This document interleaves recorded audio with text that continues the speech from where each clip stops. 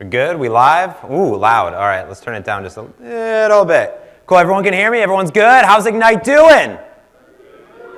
That's a lot better than I thought was going to happen at 9 o'clock in the morning. I could barely get out of bed. I landed in Atlanta last night around midnight. I'm like, let's do this. Get in at 2, up at 6. I'm ready. Xamarin, let's do this. I love what I do. I love every little bit of writing cross-platform native apps for iOS, Android, and of course Windows with Xamarin. I've been doing it for 5 years. Even before I joined Xamarin and before we got acquired by Microsoft.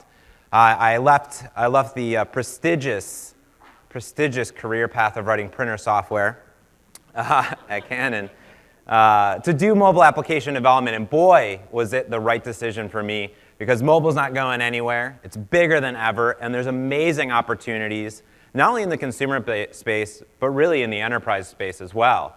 So I've been seeing complete companies transition from having these huge desktop machines and even laptop machines everywhere to going to a fully optimized mobile environment to be in and out so any employee can do anything in under 20 seconds. And that's really the power of having these supercomputers that are in the palm of our hands.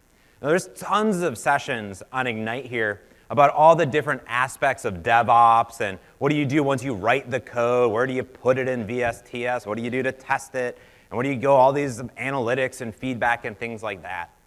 And when they told me, we should do an end-to-end Xamarin session, I was like, well, there's already going to be all this other stuff on DevOps, and I really want this session to be focused on building the applications and where that integrates into the other parts of the Microsoft DevOps pipeline. So I'm going to spend the majority of my time today speaking about just building, what the heck is the Xamarin thing that Microsoft acquired, why does James love it so much, and we're going to build some applications in multiple ways. We're going to tie it up to Azure. It's going to be great. Why wouldn't I throw some Azure in there? You got to throw some Azure in there. All about that Azure. Let's do it. Azure, Azure, Azure. That's what they should have come on stage with, I swear. And I am that James Montemagno, if you went to Scott Hanselman's session, who I was surprised. I got a shout out at an Ignite keynote. I was like, ooh. 2 years ago, we were launching a new product, and our CEO of the company, Nat Freeman, goes, we're launching Xamarin Forms tomorrow, and maybe Scott will blog about it. And I go, all right, well, what can I do? 10 o'clock at night. He's like, can you just whip together an app really quick? And I'm like, sure, yeah, you know what, when do we need this by? I was like 2 hours? And I was like, psh. 4 hours later, Hanselman Forms was born. And it's been this amazing demo that Scott's taken everywhere, and I've added all sorts of stuff. I'll show you that later if you didn't get to see it in the keynote. But you may be wondering a little bit who I am. Like I said, I'm James Montemagno. I'm a principal program manager on the Xamarin team here at Microsoft. And I was at Xamarin for 3 years before the acquisition, and 2 years, even before that, as a customer building applications. Like I said, I've been doing it for 5 years. And I moved from writing printer software from Phoenix, Arizona to another bright, sunshiny city, Seattle, Washington. 2-3 days a year of sun. Pretty great. Pretty great. Everyone should move there. It's fantastic. Any Seattleites? Yeah, it's amazing. All right, so I didn't move there for the actual sunlight. I moved there for the coffee. I love coffee. Half my demos are coffee. Everything on my GitHub is coffee. And if you come to Seattle, or if you live in Seattle, look me up, send me an email. I'll take you out for coffee. I'm on my 14th cup this morning. It's great. I swear, I'll just pour the Starbucks down my throat. It's great. Now, the favorite part of my job is not only getting to fly all over the world, talking to all of you beautiful, amazing developers right in front of me, but it's that I still get to create mobile applications. Over the last 5 years, I've shipped 70 applications to all the different app stores. But the best part of my job now is that every single thing I do, every app I create, every library I create, is open source on my GitHub. You guys can find me anytime directly at motz, M-O-T-Z, at Microsoft.com. Nice, short, and sweet. Not this crazy long email alias. I created my own special alias. And at James Montemagno is not only my Twitter account, but it's also my GitHub page. Actually, just Google James Montemagno. There's only one of me, so you'll find me. It's a very unique name. If you want to hear more from me, I have later sessions. I have 2 more sessions here at Ignite before I fly back out to Seattle. But you can listen to me each and every week on a podcast I do that has nothing to do about Microsoft at all. It's independent. I do it in my spare time. If you like podcasts, Merge Conflict, it's a great name. We bought a really expensive domain name. So listen to that. Now, when I talk about what Xamarin is, it really kind of, how does it fit in building Xamarin, building mobile applications? Where does it fit into Microsoft's DevOps story? And it's really that develop part. going in and developing, crafting native applications, leveraging our existing C#.NET skills to build great applications on iOS and Android. And I'm going to talk a little bit later on about our full testing solution, Xamarin Test Cloud, of course, VSTS to do automated CI builds, and Push to run all your tests and do automated UI, and then a little bit about Hockey App to do not only crash reporting, but to distribute your applications to anyone inside your org or to your beta testers. Now, I'm not going to focus too much on the other parts besides develop, because there's amazing sessions that are all probably being recorded here at Ignite that you should go to, and I have references at the end of the actual presentation. So when I started mobile development 5 years ago, my boss came into my office my very first day on the job, and he said, James, I got 2 months to go to CES, and I need a native iOS, Android, Windows Phone, and Windows Store app. And he said, go. I was like, all right, I've written one Windows Phone app in my entire life, and you decided to hire me to be your entire mobile DevOps strategy, so good work, startup life. And I didn't know what that meant. Like, what does this native thing mean? Like, all I knew was that I needed to maybe learn Java, learn Objective-C, do a bunch of stars and brackets, and do all this stuff. I thought that's what I had to do. But one thing that stuck out to me as I started prototyping with all these different frameworks is I was like, what does this mean to be native? Like, what does it mean to create a native application? So we were making this amazing hardware to demo, to do DVR recordings. We were a DVR company. We power like all the hotels like around the world, and we wanted to put the power of a DVR inside of this little phone. And it made sense that we wanted to create these rich experiences. So over the last 5 years, I've really boiled it down to 3 important things in a mobile application, but also what we deserve as developers when it comes to creating with a cross-platform framework. And first is that we want to deliver a great native user experience in the UI. There's a reason someone bought an iOS or Android device. It's because they like the look and feel of the hardware, but they also like the software. So they like the look of iOS or Android or a Windows device. So we need to get access to all that native UI or custom controls so we can add material design and we can do everything that Apple is doing in their actual native UI experience. And as developers, we want access to the full power of these devices. So we want access to every single building block, every component, every single API. So when Apple comes out with iOS 10 and there's Siri, we want to add Siri integration immediately. We want iBeacons, we want Bluetooth, we want NFC. Anything that we can get access to, we should have. And of course, it just has to be super fast, and you have to have great performance. So as soon as a user clicks on something, it should just work. So how do we get there? And what can you do to build these applications? Well, often, even when I started, I thought I was going to have to do this, right? Boot up Xcode over on a Mac, write some Objective-C, or now Swift. And at the time, I would have had to boot up Eclipse, which is an IDE no one ever wants to boot up, ever. No one wanted to, and you still don't want to. But now we have Android Studio, which is a little bit better, but it'd be Java, so I'd lowercase a bunch of stuff just for fun. But then I'd be happy over in the C# world, where I'd be in Visual Studio, an IDE that I fell in love with a decade ago. C#, this .do-it language that's like just amazing with all of .NET. I'd be like so happy over there. But now I'm creating the app 3 different times, 3 different languages. And I was the only developer at the time. I was like, how am I going to manage this? How am I going to test? How am I going to ensure quality for my applications? If you're working in a big organization, this is multiple teams, multiple PMs, multiple product owners, and you're just like, oh, how do I do it? Multiple CI services. I just want one thing that integrates well. So then your boss or manager, you get this great idea. Like, what if I just write everything once and just shove it in a box and just like apps come out? That's what my parents think I do, just like apps. What does James do for a living? Apps. Like, yes, Mom, that is exactly what I do. A keyboard, apps. You're welcome. It's pretty great. That's development. That's the easiest way. It's like, done. So some of these frameworks are kind of like a bunch of HTML and JavaScript and stuff that go into this magic app box, and then apps come out, and you're like, apps, awesome. But often you're kind of developing against like an iOS look and feel, and Android and Windows just come along for the ride. So you don't get to really craft that great UI unless you write tons of CSS and all this stuff. And I'm a C# developer, so why do I want to write a bunch of JavaScript and HTML? And then often, not always, they're running in some sort of web browser. So you kind of get this lackluster performance experience. And that's not every single framework. And it's like in the JavaScript world, there's like a dime a dozen. There's a bajillion of them. Then where do I start? Which one do I pick? What library do I do? I don't know. Just someone help me. I don't know. Just like tell me what to do. And And it's hard because in this experience, it's this big abstraction across like common APIs. So you're always kind of developing against their API, not the API of the platform. And this is why cross-platform mobile development actually kind of got a bad rap for a while. It's because people were going down this route, and especially early on when phones weren't as powerful as they are today and the browser technology was even more limited, you're creating these subpar experiences.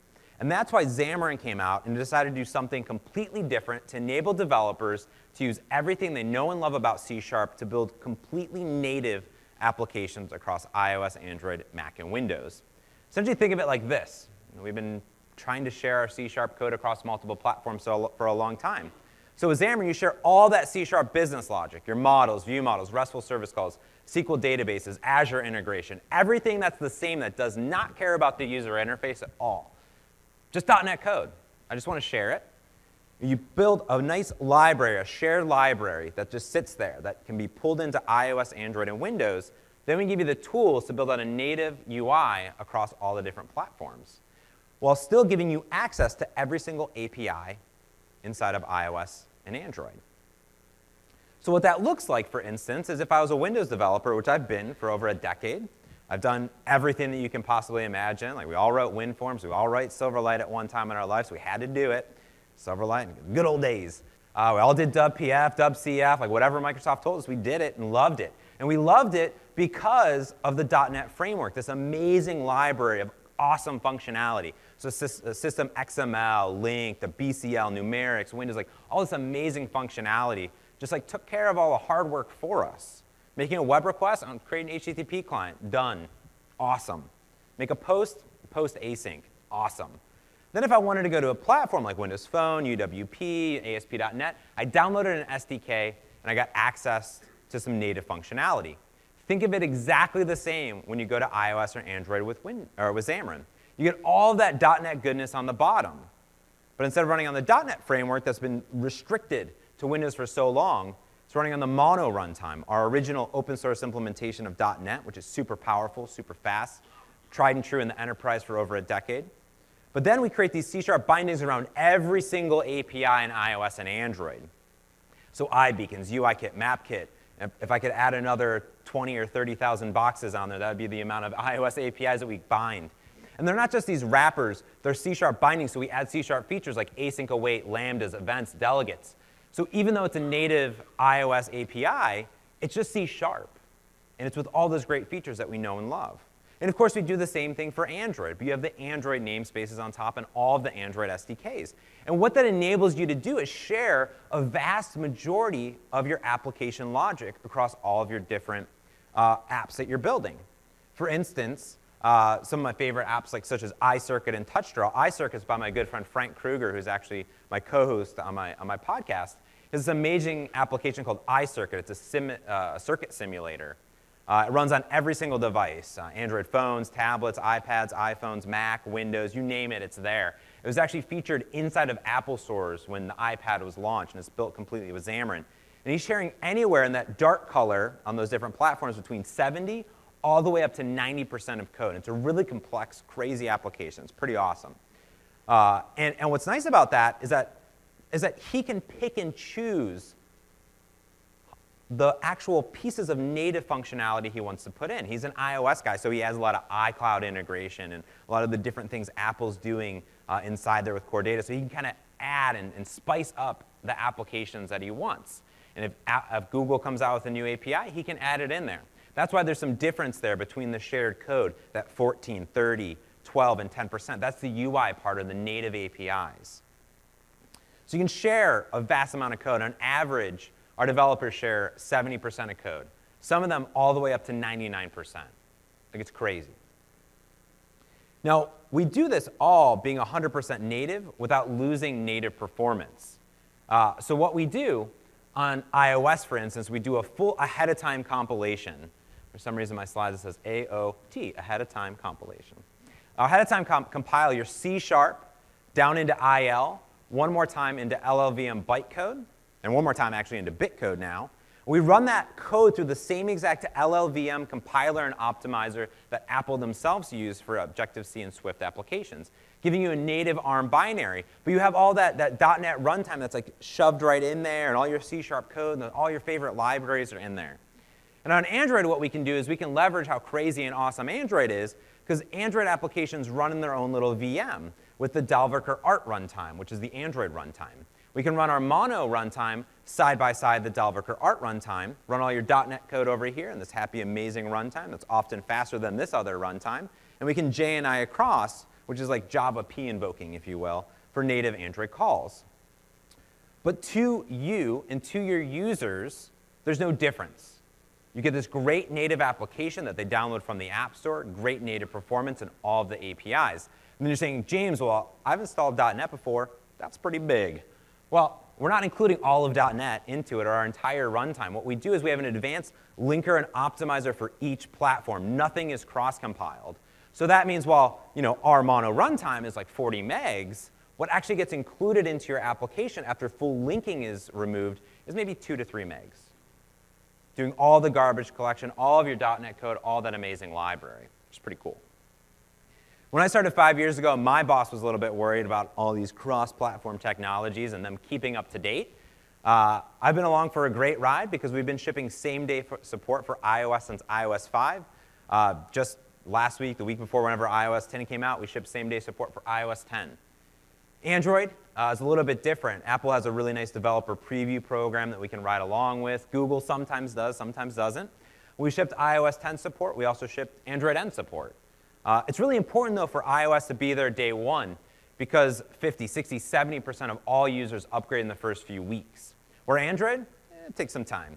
I'm an Android fanboy, and it always disheartens me to look at the Android dashboard where I think 0.2% of people are on the latest version after a month.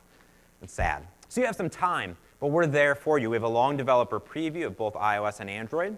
But to me, what's interesting is that where else can I put my actual .NET C# code?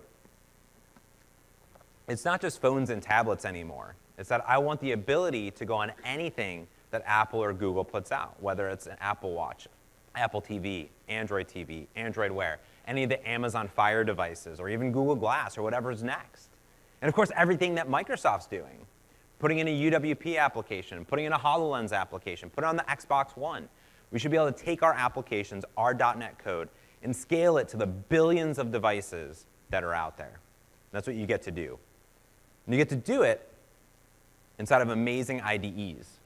We have Xamarin for Visual Studio, so right inside of Visual Studio, 2012 all the way to 2015, and the new 15 preview. You can install Xamarin. It's actually an install option. When you install Visual Studio, boom, you have Xamarin right there to build iOS, Android, Mac, and Windows applications. If you don't have a Windows machine, or maybe you're in a team that's collaborative, lots of Macs in the office. I have this beautiful rose gold MacBook that came pre-acquisition. I'm very excited. I had to sneak that one in real quick. Getting a Mac at Microsoft's really hard. Surprise. Lots of like Surface Book. Just here you go. Like I kind of need this. But we have Xamarin Studio, which is an amazing IDE over on the Mac. You can do iOS, Android, Mac development there. I like to put these on the same slide because the same project, same solution, open in either IDE. So if you're in a collaborative team, you can open either project anywhere, wherever your source control is syncing, it's good to go. And when I talk about that you're creating native applications, you get access to everything, it's really true that anything that you could do in Objective-C, Swift, or Java, you can do it in C# inside of Visual Studio, to the point that we expose the same exact binding technology that we use ourselves to you as developers. So if you find an amazing iOS library that was written in Objective-C or Swift, or a Java library for Android, you can just grab that AAR or archive file or jar file, pull it into Visual Studio into a binding project, and we'll create the C# bindings for you automatically. It's pretty awesome. Best part is, all of this is free. The Xamarin platform is included in Visual Studio, included in your MSDN subscriptions. If you don't have an MSDN subscription, you just want to toy around at home after this, and who doesn't want to build awesome apps for iOS and Android, it's included for free in the Community Edition, full-fledged, no restrictions. Publish it to the App Store, never pay us a dime. It's awesome. Something that I've wanted to say for 5 years, and it took Microsoft buying us to do it. But they did something more than that. made it completely open source. So you can see exactly what we're doing in the open. What we have open source is almost our entire product line, iOS, Android, Mac, Xamarin Forms, all of our bindings, all of our plugins are open source. You go to open.xamarin.com, you can see exactly what we're doing. You can create issues, you can create pull requests. This is the stuff that we're shipping, so you can see us do it in real time. So let's actually build a really quick application. I'm going to show you how to do this. Which one am I on? I'm on 7? 7. Perfect. I'm inside of Visual Studio. I'm inside my Solution Explorer. If you've installed Xamarin here, you just do File, New Project. Now, when you're creating a new project, you have all your other stuff like ASP.NET Core, you have like cloud stuff, extensibility. Let me go and zoom in here. And under here, when you have Xamarin installed, you get stuff like Android, Apple Watch, iPad, iPhone, down here, tvOS. So no matter what you want to build, you have access to it right here. If you want to add different extensions for iOS, such as custom keyboards, document pickers, it's all right here. Then under cross-platform is our cross-platform template. So it'll spice up and create a iOS, Android, and a Windows application for you with some shared code. So that's what I did here. So what I want to build really quick is an application that goes off and uses Bing search to do some image searching. I creatively called this application image search. And here's what I want to do. I'm going to show you the structure of it. So over here I have an image search portable class library. Essentially here, this is a class library that lets me go to any of these different platforms, which is pretty cool. We have a bunch of different ways of sharing code, but PCLs are pretty cool. .NET Standard, we support that. Shared projects, we support that. However you want to share code, lots of ways. But I put essentially all of my platform independent code in here. So my models, view models, my Bing image search results. So if I tap on this, this is all the JSON that's going to be coming back, and I use some JSON to C# website to convert all these, and I put these nice JSON properties to properly capitalize things over here. And then I have this image result. And this is what I want to actually expose to my application. So that's something like a thumbnail link, an image link, a file format, title, context link. So this is all just shared code, and I have all these thumbnails, all this stuff that's inside of here. And then what I have is this thing called an emotion service. So I want to do a few things. What I want to do is we have this amazing service. Let me pull it up really quick.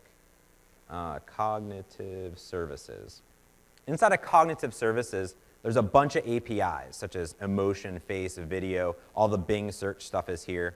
If I go into the emotion engine, what I want to do is do two things. I want to go out to Bing, grab all the latest images, and then what I want to do is I want to analyze those. I want to maybe analyze and get a happiness level. So down here we can see if I take this photo, there's like a happiness level of all these people. So I could do that.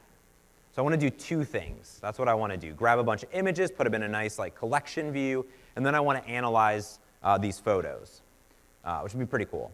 So maybe image search and analyzer would be a better name there. So I have things in here. I have this emotion service.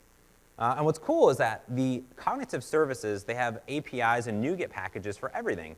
So what you're going to see here is that I'm just going into NuGet and I'm adding NuGet libraries like I always have. So here's BCL build. This Project Oxford is the emotion engine, JSON.NET. And I have a bunch of other awesome helper libraries for iOS and Android, like the support libraries and all these different web image caching libraries, which is pretty cool. So let's first start off just by getting the images. So I have all this shared code. There's a lot of shared code in here. So for every page of my application, I create something called a view model. I like to do a lot of MVVM. How many of you are familiar with MVVM? OK, cool. Almost all of you. Probably everyone MVC. Yeah. There's a lot of more V's, more M's. It's just a way of putting your code away from the UI. So here's my view model. So I'm going to create a UI for image searching. I have a list of images. And then down here is my query. And I just want to show you, it's literally just C# code. I have my cognitive services API. I'm going to pass it a query here, use some C#6. What do you know? I'm going to use an HTTP client. I pass my header key to it. I get a string async. I deserialize it with JSON.NET. I use link to simply convert all the Bing results to my image results. Probably done this 1,000 times. Not new. I'm not going to write this code. Just boom, there it is. So this is all in my shared code. And now what I want to do is create an Android application first. So down here what we can do is we have an Android application. We go into references. I can tap on references, say add references. I have all the NuGets in there. My projects, I have my shared code. I'm not going to add my iOS project, that would be bad. But I have that here. I have all my references. So if I need access to other .NET stuff, I have it accessed right here. And then I have all my references, lots of references. I have things like resources, so drawables, layouts. It's a native Android application. That's how you natively build an Android application. So you can go in and you have different layouts and values and string layouts. And I'm going to go ahead and tap on this main Android XML. There we go. And this is going to open up our Android designer right inside of Visual Studio. We can see my toolbox already has a bunch of different items on there. And the only thing I did is I put down this recycler view, which is a custom control from the support library. So here's what we're going to do. We're going to add in some text. I'm going to add in some plain text. Boop. Into there. I'm going to add a few buttons. So these are Android native buttons, so it just shows everything that's showing up. We're going to add 2. There we go. Now this would be very hard to type text in that tiny box. So let's make it a little bit bigger. I'm going to scroll down to the properties down here, and we have, there it is, layout width. I'm going to set it to 0 dp, which is density pixels, and a weight of 1. And then boom, it fills the rest of it. So I'm like saying fill the rest of it there. Now, what this is doing is it's just actually rendering and showing the actual source here. This is Android XML. So if you had an existing Java application that you had to support, you could pull over all those resources. It's the same stuff. It's the same native stuff. And this is Android XML, which is actually why I fell in love with Android, because I was a WPF Silverlight XAML developer. And this looked exactly like XAML, except for Google wants you to know that it's Android, so they put Android, Android, Android everywhere. So, you know, and there's like lackluster data binding support, but you know, it's there. I read this. I don't even need a designer. This is how I code. And I can see this linear layout, AKA stack panel. I have an edit text, AKA text box, right? These are just the Android controls. And then a button. So what this does is it actually assigns IDs to each of them. So I have button, edit text, query, stuff like that. So I'm just going to change this to say search, and later on we're going to say take photo. We'll do that later, but we'll come back to the UI. So what I'm going to do here is I'm going to go into my code behind for that activity. So this activity, I've created a few things in here. So I have this recycler view, I have this image adapter. This image adapter is going to actually light up each of our cells essentially inside of it. So every single time my image collection changes, so every time I search and update it, it's going to notify and update itself. And then I'm going to inflate the layout item. And then down here it's really simple. I just simply set the title, little name attribute, and then I'm using a library called Picasso from Square, which is one of those bindings, one of those components that'll enable me to simply grab that thumbnail link and just download cache, do all the image searching for me automatically. That's all there. So here's what I want to do is I want to come in here and I have a little bit of setup code to grab my recycler view, put it in a grid that's too wide, and then I want to go in here and I want to say, well, let me grab that query. Query, there we go. I'm going to say find view by ID, and that's going to be an edit text. I'm going to say resource.id.edit text1, great name. And then what I'm going to do is say var button. I'm going to say find view by ID, button, resource.id.button1. And now what we can do is we just add a click handler, right? So we just come in and say button.click, and then I'm going to make this an async sender args, just throw a little lambda in there, nothing to override, nothing like that. That's just a click event. And what I've done here is I've pulled in all my shared code. So all my models, all my view models, all my Bing image search stuff, boom, it's all in there. So now what I can do is I can come in and just say like button.enabled, and say false first, and then button.enabled equals true. And then I can come in and say await view model dot search for images async, and I'll just pass it the query. So I'll say query.text. I'm essentially mixing and matching the world of C# and Android together, because this is a native Android button. It is a button, an Android widget, and I have access to all the properties. This will happen on the UI thread, go off on the background thread and tasks, handle that all for me, and when I come back, boom, it's going to enable it right on the UI thread again. I don't have to worry about it, no callback, nothing like that. It's C# like we would expect. So now what I can do is I can go ahead and deploy this.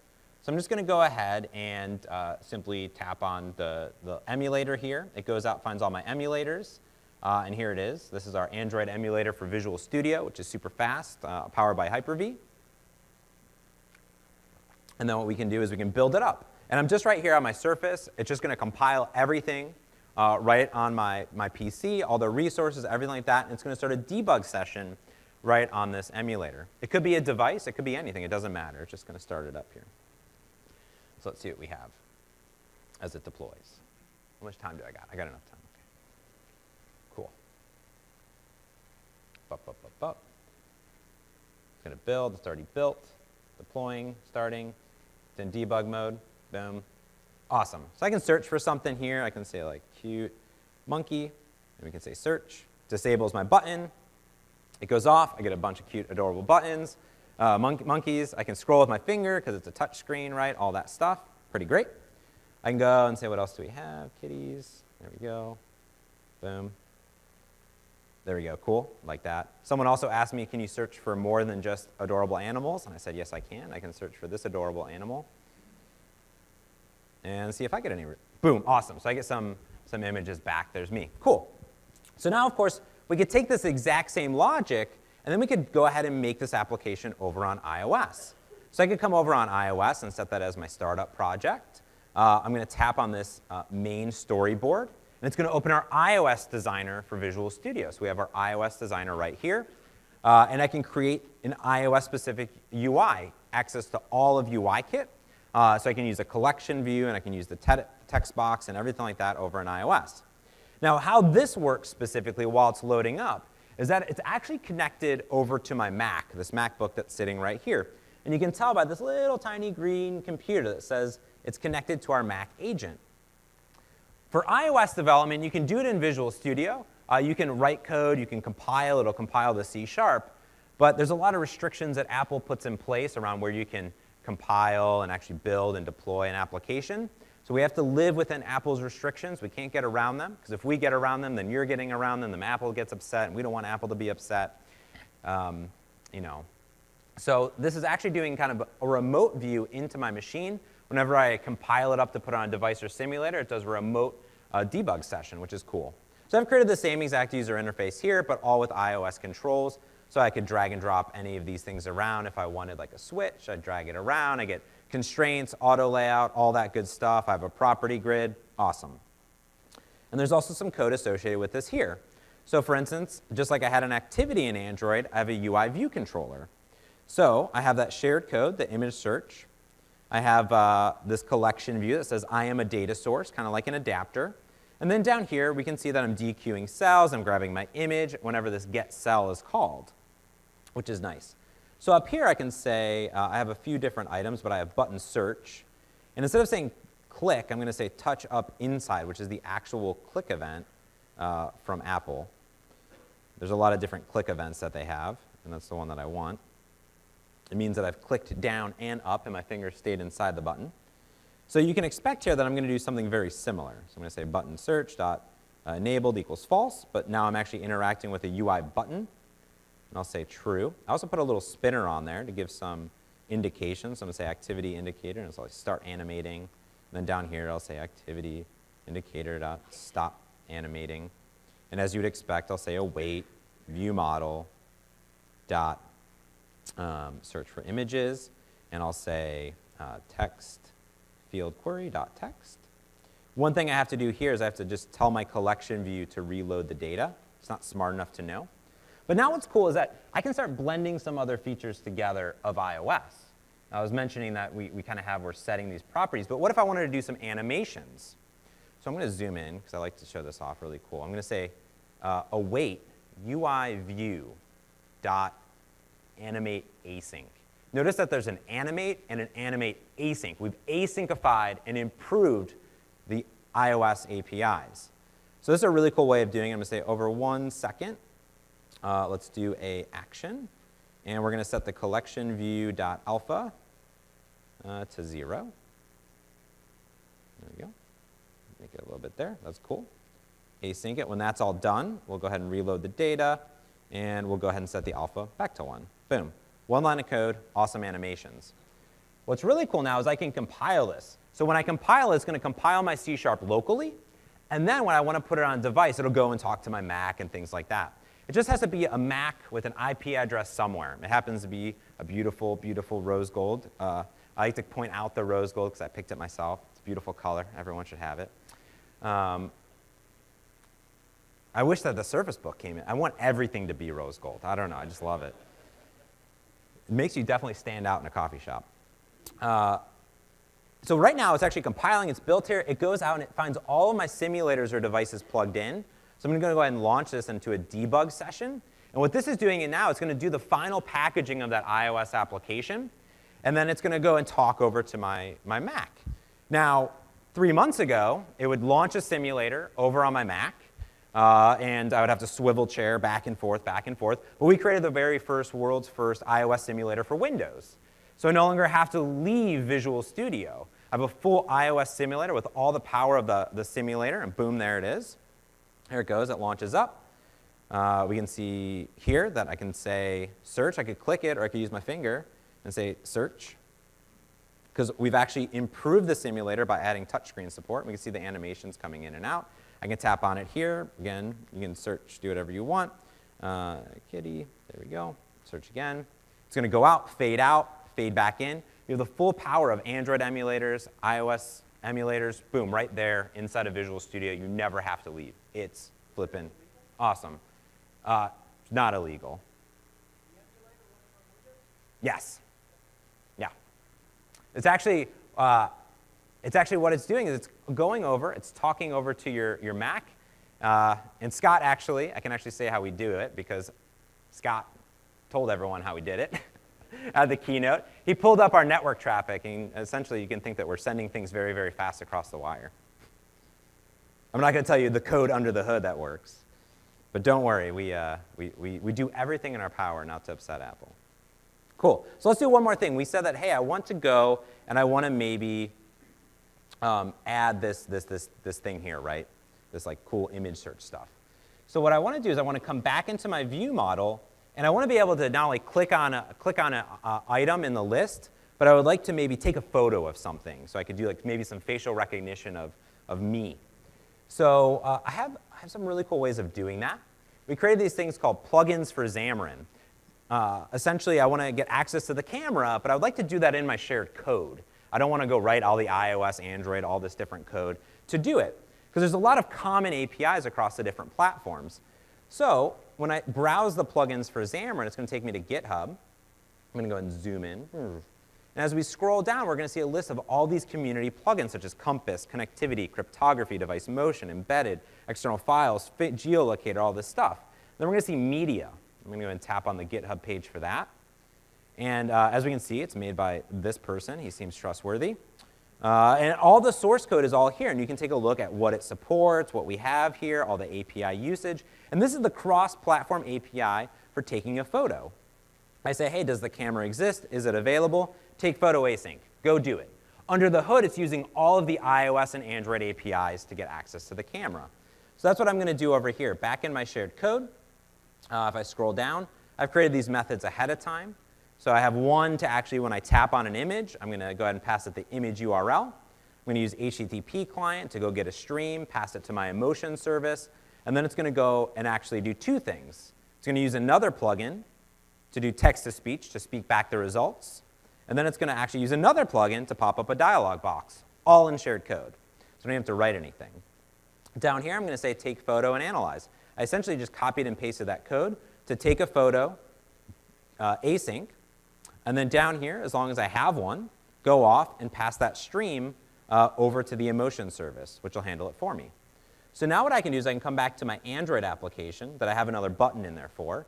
And I can say var button2, because that's a great name. I'll do find view by ID button. I'll say resource dot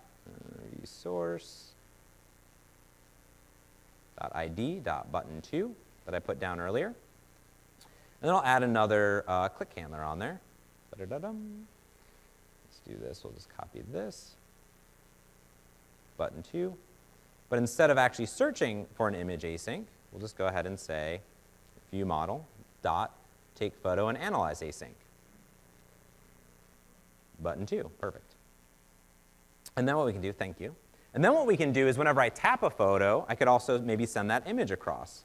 So I'll say adapter.item click plus equals, and I'm going to go ahead and do another async sender args there, whenever I tap on an item.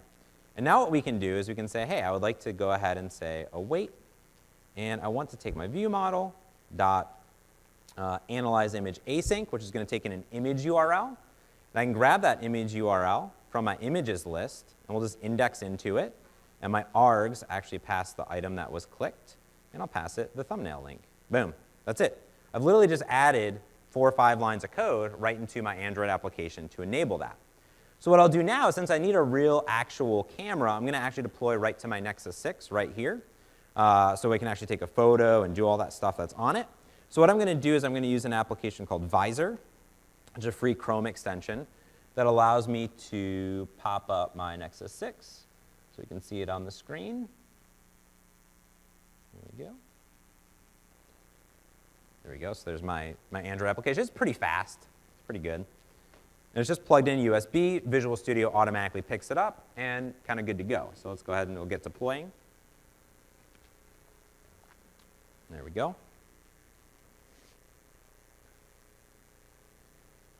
There we go. So we have image search. So again, I could say cute monkey and say search.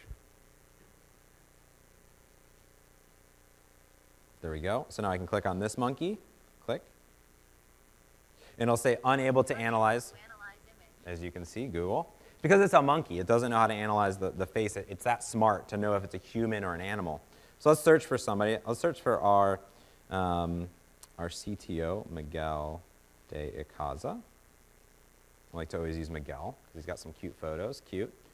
We can tap on him. 1.6% super sad. Not great. He looks very like power pose. 42.77% super sad. All right. Maybe this one. 79.54% super happy. All right, cool. But maybe we can take a photo. So I'm going to hit the tap photo. There we go. There's me. It's a real camera. There's all these beautiful people right there. It's real live. You guys can see that. Tap back over, and I'm going to do my face. Let's try it out. Hit OK. Now I was going to take that and analyze it. Super sad. All right, not cool. Let's try it again. Let's see if I can get 100%. I'm pretty good at this. 100% super happy. All right, awesome. I mean, that's pretty cool. I've just gone off and into my shared code, wrote all the actual logic to go off, pull down all the data, deserialize it, take a photo, do text-to-speech, do pop-ups. I never had to write a single line of actual logic in iOS or Android to do that. Plugins can get you almost all the way there, and they're all open source, which means that a plugin doesn't do something you want. Grab the source code, put it in your app. They're all under MIT, which is really cool. I can now, of course, go do this on iOS, et cetera, et cetera. You guys get the picture. And just use all that shared code. So let's hop back over to the slides really quick. So now you may be saying to yourself, James, that's really cool, facial recognition, all that stuff. But you had to build all the UI multiple times. And maybe you now need to go to UWP. So now you got to build a UWP user interface. So you may be thinking to yourself, well, oh, geez, now what do I got to do? I got to go build the UI again, again, and again. And maybe you're just building maybe line of business applications, doing CRUD applications, or maybe you're building something like a conference application. And you want to maybe build the user interface once, but you don't want to lose that Xamarin goodness of being purely native. And that's why we created Xamarin Forms, a cross-platform user interface abstraction that enables you to create cross-platform UI in XAML, in shared code, but still create and lay down native controls for iOS, Android, and Windows. How it works is something like this, is that you have the traditional Xamarin approach to development, that shared C# logic, building UIs on top of it. And then over here, if you take a look at that shared C# logic, stare at it, stare at it, stare at it, stare at it, and then boom, it's still there, because it's the same models and view models and services and stuff, but we add Xamarin Forms on top.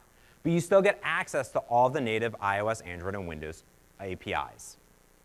What's included is that we give you 40+ pages, layouts, and controls that you can write in C# or in XAML, up to you. And with XAML, of course, you want some data binding. So boom, there's data binding. It's awesome built in. Now, we didn't see any data binding earlier with the traditional approach. It's because iOS and Android don't have data binding, but there's some great frameworks like MVVM Cross and MVVM Lite that you can use with Xamarin. But Xamarin Forms has it built right in. It also has a cross-platform navigation API, animation API, dependency service, and messaging center, kind of everything you need to get started building applications.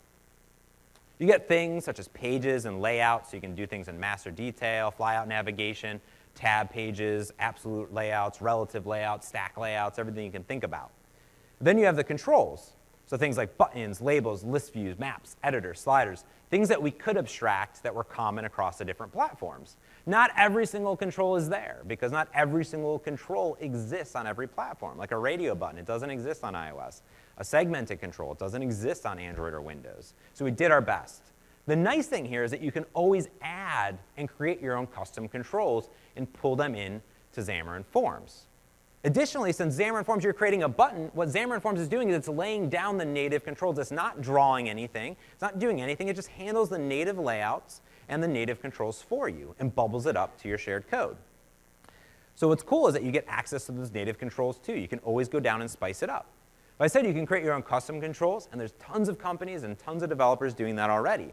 There's tons of companies like SyncFusion, Telerik, DevExpress, Infragistics that have all these charts, graphs, widgets, everything already for WPF, UWP, iOS, Android, Xamarin, and of course with Xamarin Forms. You have one chart, one control, boom, you get everything that you need.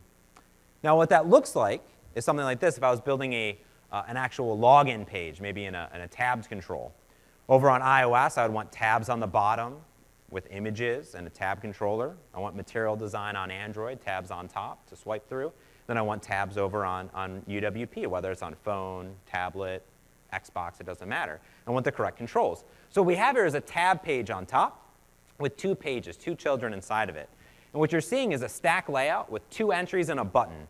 And you can notice that the entry there is for username and password with a binding to password and username.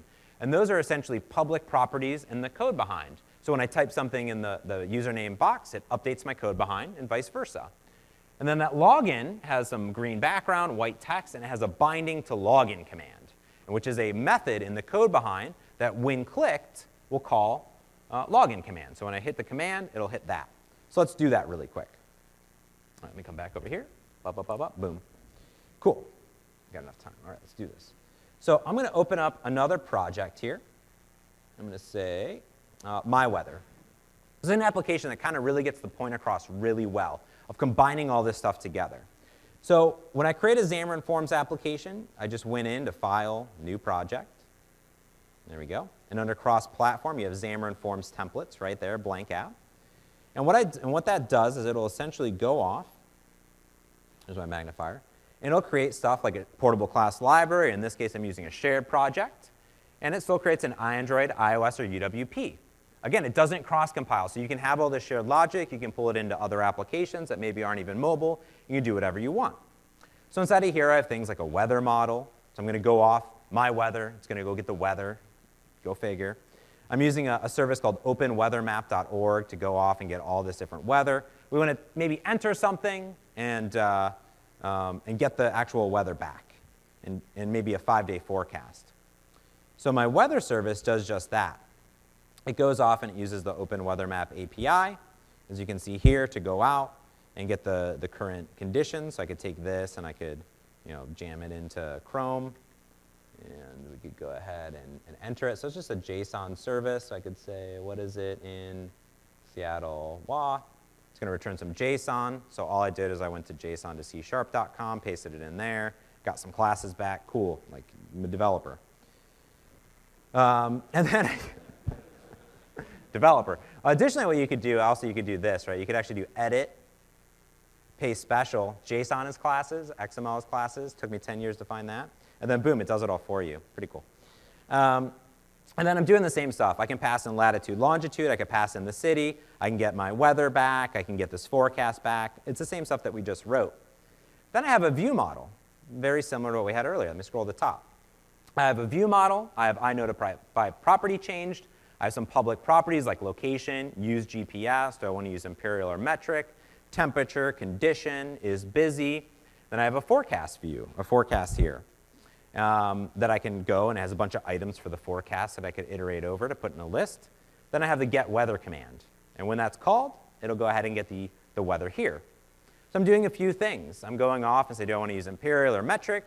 Do I want to use GPS? And I'm using a geolocator plugin with one line of code to get geolocation on iOS, Android, and Windows. Pretty cool. Or I can enter the city and give it the location. Down here, I use a bunch of C# string interpolation to go out, get the temp, get the weather, stuff like that, and then speak back the condition. Pretty cool. So these temp and these conditions and this location is what I want to bind to in my user interface. So all that code had nothing to do with Xamarin Forms. It's just code. What I did is I went into my packages, and when you go and you create those Xamarin Forms project templates, it pulls in, down here, down here, down here, Xamarin Forms. Xamarin Forms, the NuGet package, it enables you to update, and we're always creating new updates to it, adding new features right there. So let's do something really quick. Let's go up over here and create a little bit of user interface. I have a forecast view and a weather view. So here's my weather view, and essentially in my weather view, I can do something like add an entry, and I'll say text equals binding to location. There we go. Spell binding correct. There we go. I'm going to put a button down here, a button, and I'll say text get weather. There we go. Space. And then I'm going to have a command. I'll do a binding here to get weather command. Cool. And then let's just slap down some labels. So I'll say text, and I'll do a binding to temp. And then I'll make that really big. Font size equals 24. There we go. And then what I can do here is I'll say a label to the text binding condition. There we go. Let's do a switch just for good measure, and we'll say is toggled, and we'll say binding use GPS. So we can use GPS if we want to. And then what I'm going to do here is I'm going to do a little activity indicator, a little spinner. I'll say is running. I'll do a binding here to is busy. And I'll say is visible, also a binding here to is busy. Cool. So just some XAML. These are Xamarin Forms controls, but they're pretty easy. The binding's the same. You can use string formatting. You can use value converters, anything you want. I just happen to create this perfect little demo that everything is a string and everything is a Boolean. Go figure.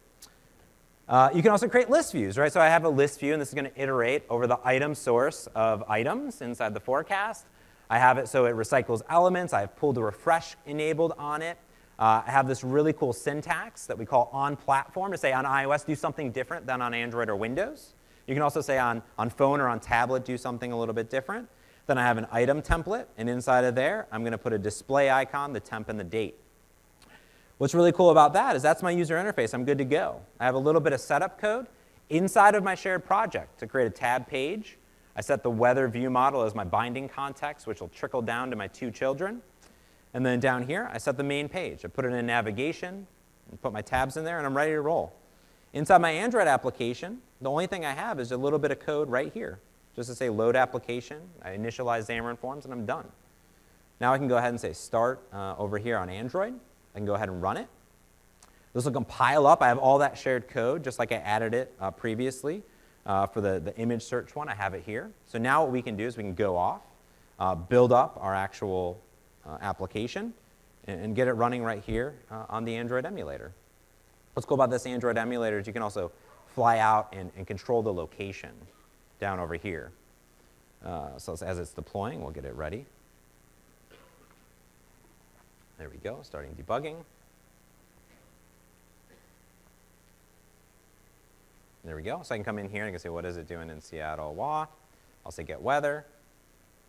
It's 42 degrees. And Seattle, scattered cloud. cool. I can say use location, and let's say Atlanta, GA. Slap that down. Boom. I'll say get weather. Like, yeah, go ahead and use my location. Atlanta, clear sky. Pretty cool. I can go off. It's going and grabbing my geolocation based off of this latitude, longitude. I have the full 5-day forecast. Boom, good to go. Everything right there. Now if I run this application over on iOS, for instance, I can go here. I can go ahead and say run. Just make sure our simulator is still doing good there. This, again, there's no difference, just a little bit of initialization code. It's going to go out. It's going to compile our application. And then boom, here we go. It'll actually launch it up into debug mode with my beautiful splash screen that I designed myself. Pretty good. And then cool, so now I can come up in here and I can say Seattle, WA, to get weather. I can come over here and then here's my forecast view, swiping through. I could go and say, hey, let's set the location over to Apple. I don't have much control over on the simulator. If I can use that, I'll say get weather.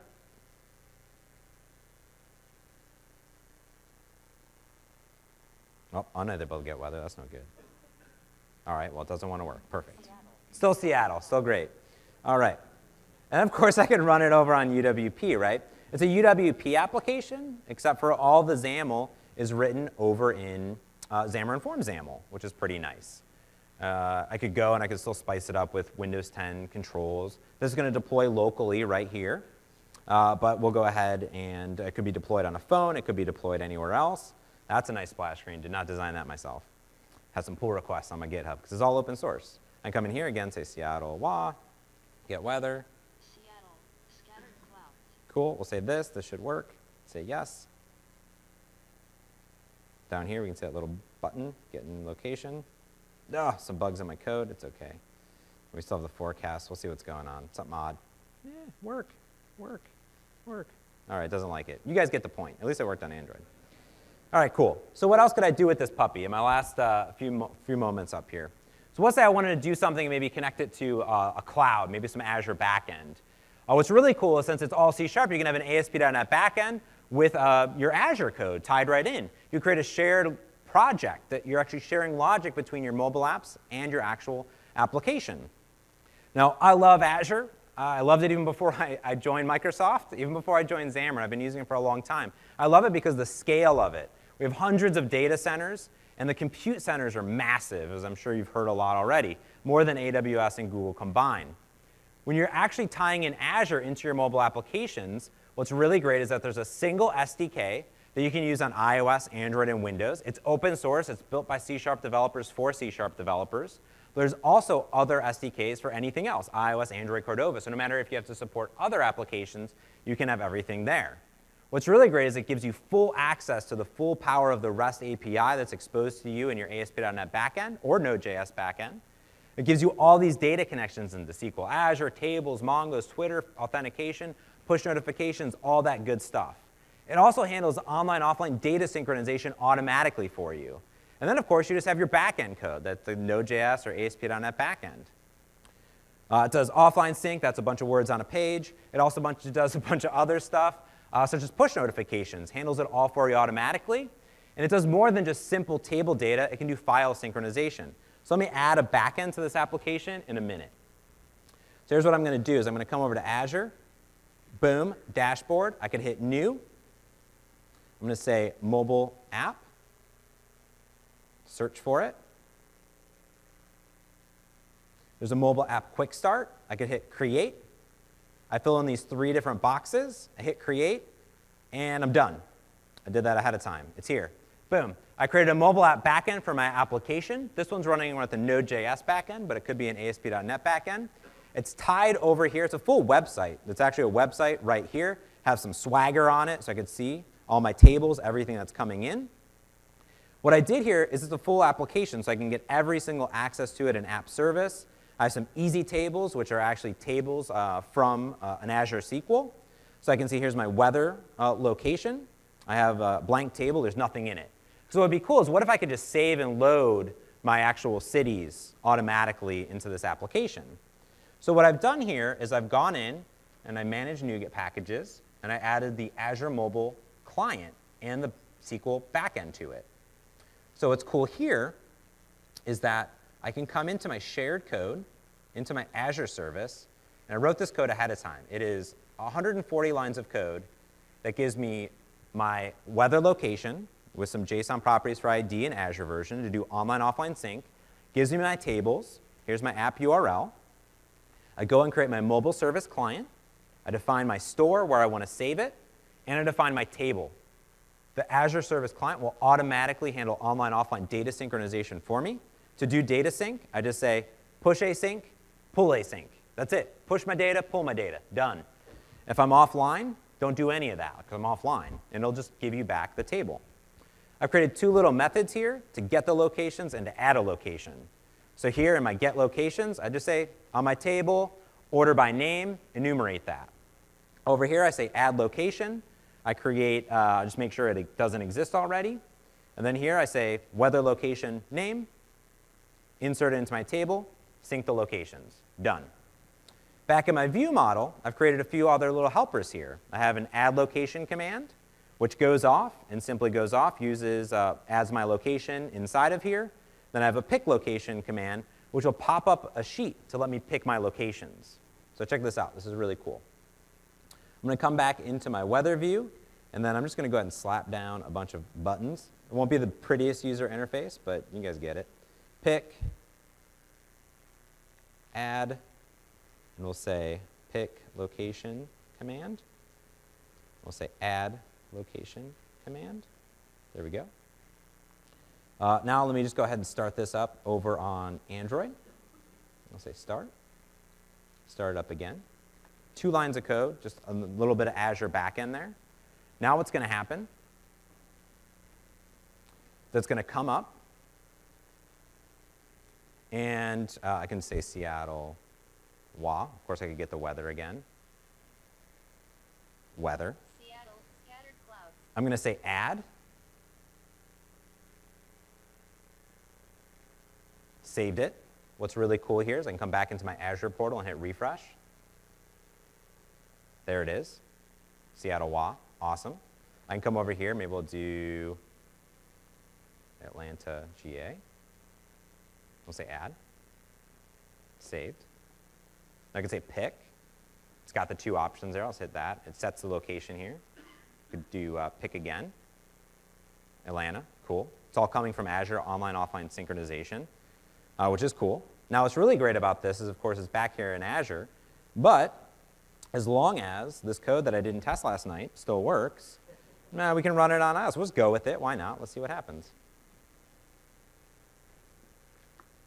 I should be able to run it on iOS, Android. I could have a website for it. It shouldn't matter. I'll just say pick.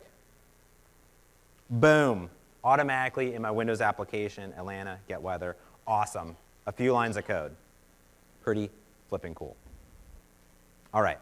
There's a whole bunch of other stuff we do for end-to-end, such as putting it into VSTS to give you a full one place to do automation. Every time you commit code, builds your application, sends it to Hockey App, sends it to Test Cloud, sends it to do whatever you want it to do, signs your application, ships it, done. One place for iOS, Android, Windows, Mac, everything possible. You can build it in the cloud. You can build it on your own machine on-prem, whatever you want to do, very flexible.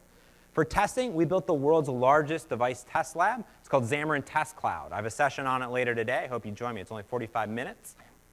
It's pretty cool. You can do all of your user interface automation locally for free and then ship it to our Test Cloud. Test Cloud's paid product, where we have 2,400 unique iOS and Android devices. This works with any application written in any language.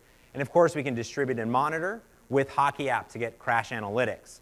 And I want to talk about a company in the last few minutes that I have here, which is a company local here in Atlanta, the actual Coca-Cola bottling company, the world's largest distributor of Coke, because Coca-Cola is, as you would expect. I'm going to show a video real quick of their story using Xamarin, this end-to-end solution. Coca-Cola Bottling Company Consolidated is the largest independent bottler across the United States. Most of our account reps stay out on the road most days, so we need mobile solutions. We need mobile solutions that work fast, that can work offline. We created a tool in which it was very fast, very efficient, and you could have the creative conversation you need to close the deal at the end of the day.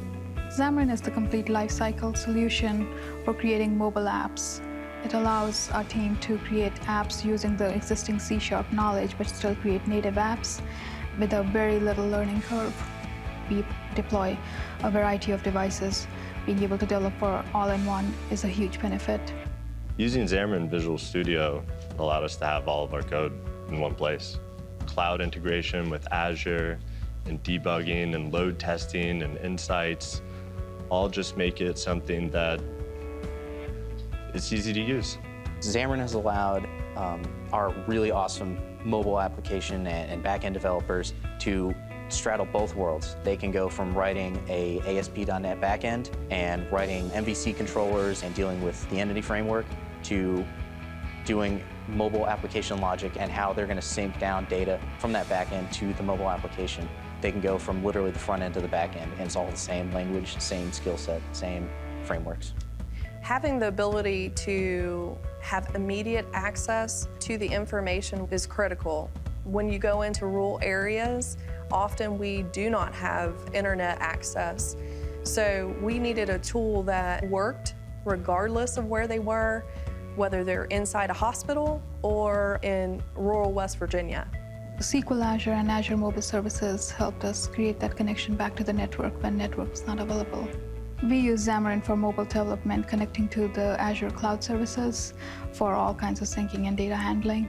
We also use .NET and Angular for our web-based solution, which also then integrates with Azure Cloud Services. Xamarin and Microsoft Visual Studio allows any of our developers to solve any of the business problems on any device, on any platform, today and in the future.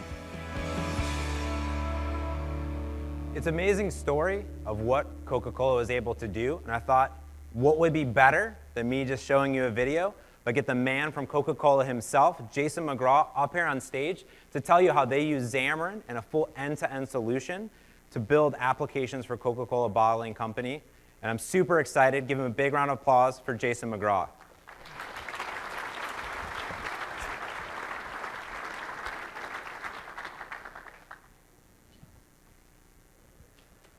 Hey, good morning, everybody. I'm Jason McGraw. I'm a .NET developer, a Xamarin enthusiast.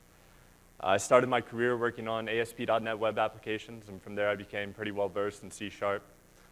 I really fell in love with the whole Microsoft stack, entity framework, web API, MVC, all of that.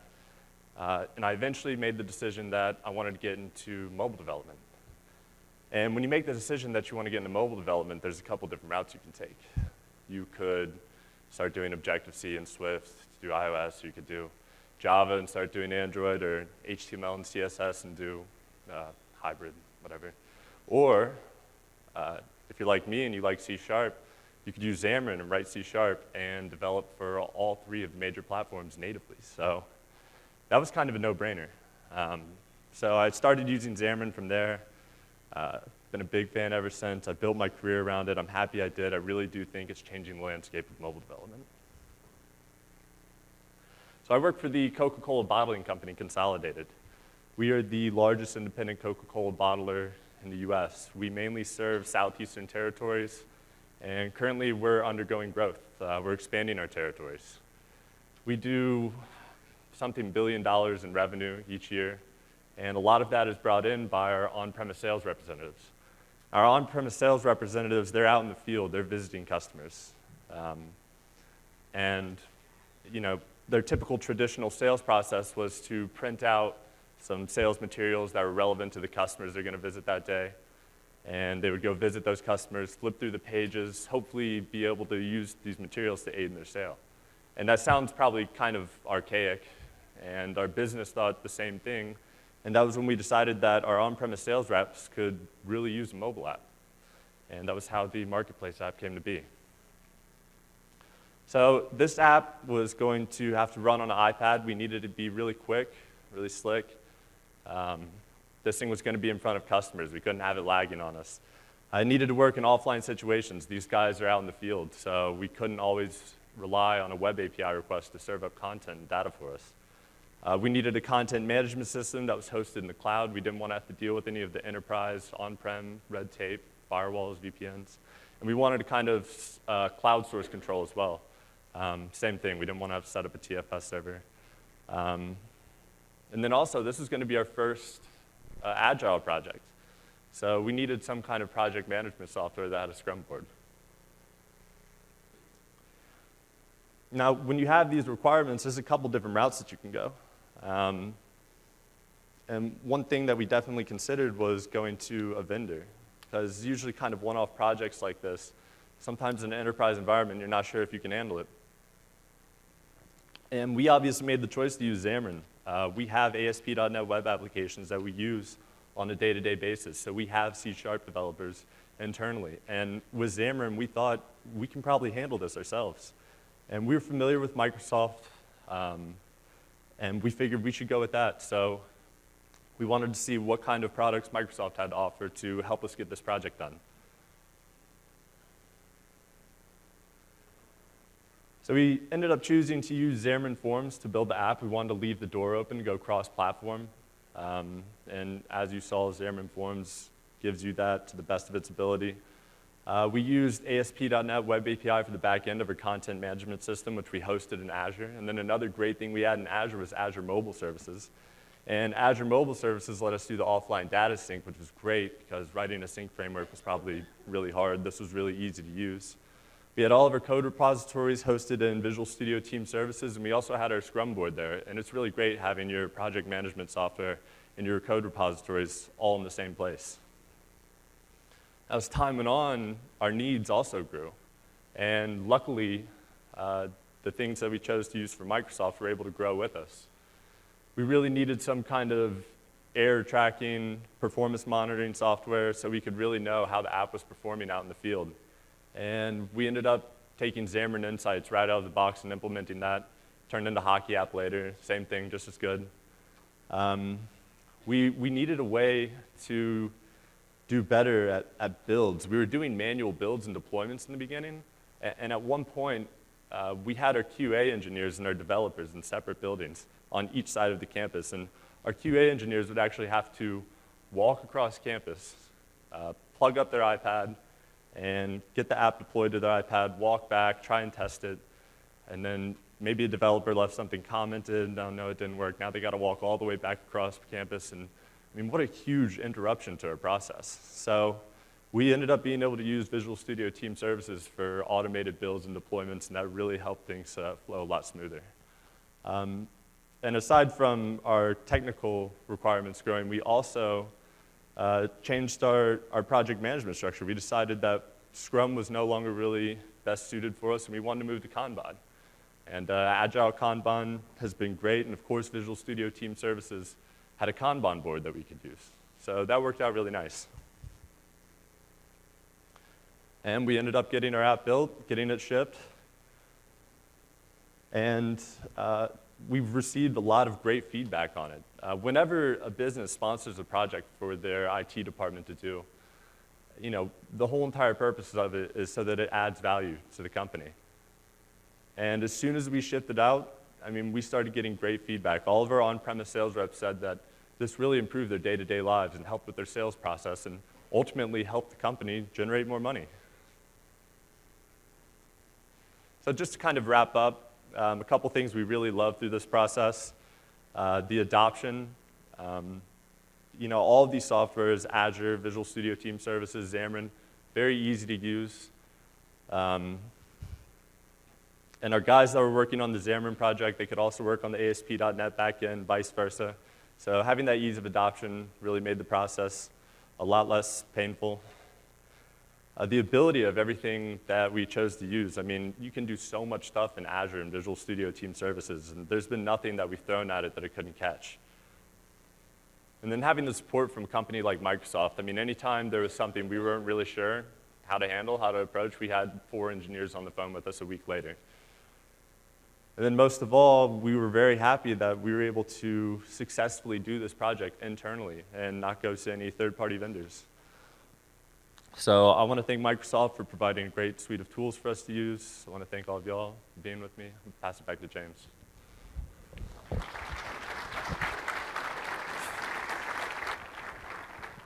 Cool, thank you so much, Jason. It's so awesome to see kind of everything come together, the stuff that I fell in love with, and seeing amazing companies around the world be successful with this entire DevOps workflow. Whether you pick one or all of the sections of Visual Studio Team Services and Microsoft and Xamarin together, you're going to love it. And if you don't, email me. You have my direct line, motts@microsoft.com. I'll make you love it, just like I do. You can get started today at xamarin.com. We have a nice little portal for DevOps. These slides are already available. There's a bunch of other great sessions.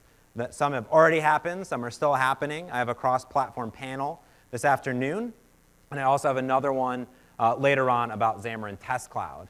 And with that, I hope you guys all have an amazing, amazing time at Ignite, and thank you guys so much.